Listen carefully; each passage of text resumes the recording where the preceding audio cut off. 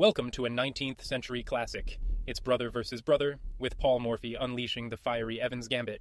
The game kicks off with the classic Italian game, symmetrical development from both sides, and then Paul Morphy offers the Evans Gambit with a pawn push to b4.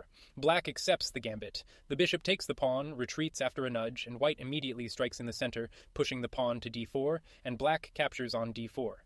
This looks natural, but it's an inaccuracy that lets white's attack flow. Better was to simply drop the bishop back to b6, keeping the tension and an equal position. White recaptures in the center and tucks the king away by castling. Black repositions the bishop and sends a knight out to a5 to challenge white's pieces.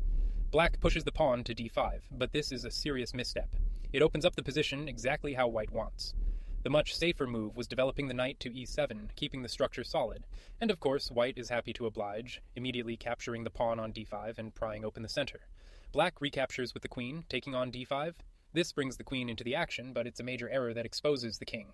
A much better plan was available. The knight could have developed to e7. White would likely play rook to e1. Black could then castle the king to safety. After knight to c3, the knight could take on d5, keeping the game alive. But in the game, the queen takes on d5, and now black is in a world of hurt. The punishment was an immediate rook check on e1, and black's queen would have been in serious trouble. White develops with bishop to a3. A fine developing move, but it actually lets black off the hook a bit.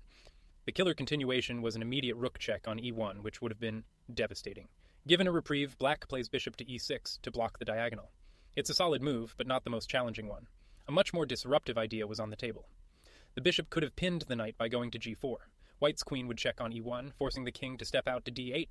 After knight to c3, the queen escapes to h5, and black is right back in the fight. Back in the real game, the bishop moves to e6, and white's advantage snaps right back into place. And Morphy finds it! Knight to c3, a fantastic move. The engine confirms this was the only way to maintain a decisive advantage, preparing to kick the queen and advance the central pawn. Black's queen retreats to d7. White immediately pushes the pawn to d5, forcing a flurry of exchanges right in the heart of the board. And here comes the final decisive mistake. Black recaptures the knight on d5 with the queen walking straight into a lethal attack. There was only one path to survival. Castling queenside would have whisked the king to safety.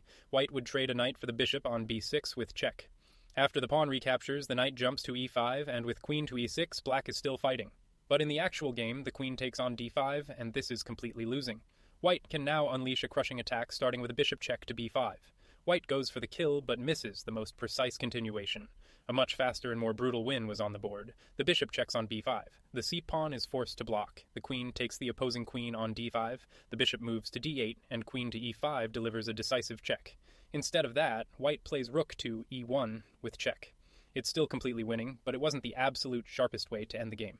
A series of central inaccuracies were all it took for Paul Morphy to build an unstoppable attack, securing a beautiful victory. White wins.